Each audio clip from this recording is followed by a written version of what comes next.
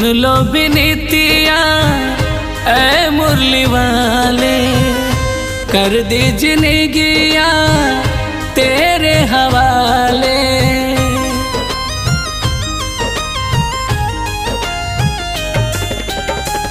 सुन लो विनीतिया ऐ मुरली वाले, कर दी जिंदगिया तेरे हवाले। भव पार लगा कन्हैया, तोहरे हाथ हमर नैया। सुन लो विनीतिया ऐ मुरली वाले, कर दी जिंदगिया तेरे हवाले।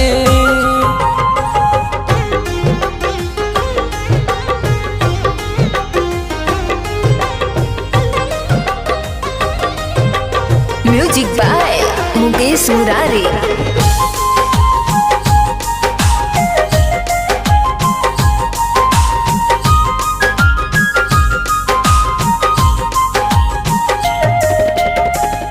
देखो प्रभु क्या घड़ी आ रही है, सत्य सनातन पर आज आ रही है।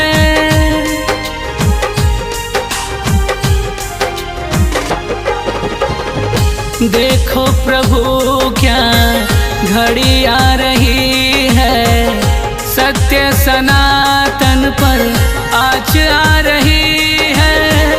चला दो सुदर्शन फिर से कन्हैया, तुझको बुला रही है ये धरती मैया।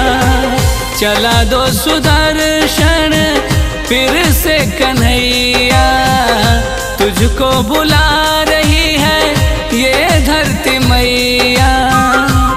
भव पार लगा कन्हैया, तोहरे हाथ हमर नैया। सुन लो विनीतिया ऐ मुरली वाले, कर दी जिंदगिया तेरे हवाले।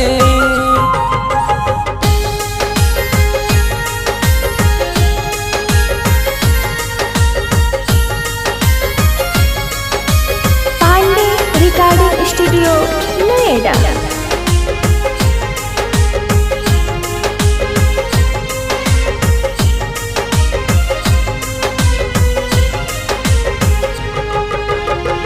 जात पात में हिंदू बट रहे हैं, दुनिया के कोने कोने से ये घट रहे हैं।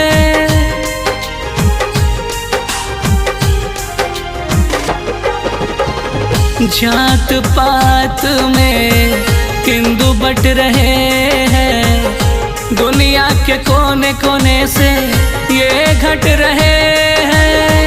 इन्हें समझाओ ऐ मुरली वाले, जात पात अब दिल से निकाले।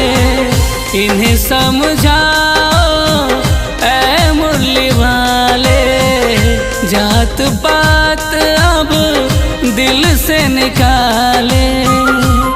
भव पार तब लगेगा जब हिंदू फिर जगेगा।